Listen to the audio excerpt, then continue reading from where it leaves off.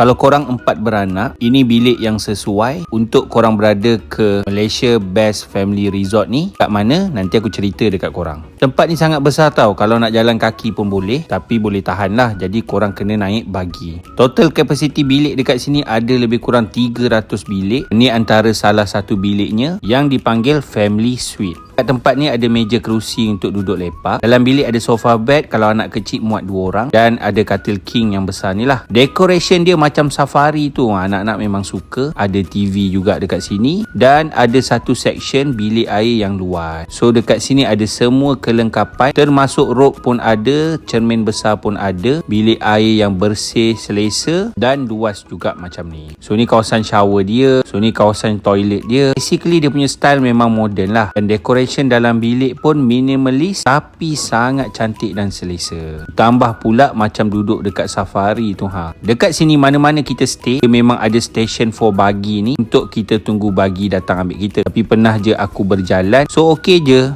Sebenarnya kalau nak brisk walk kat kawasan ni, nak pergi breakfast. So inilah dia Monkeys Canopy, letak di Sungai Long Ceras.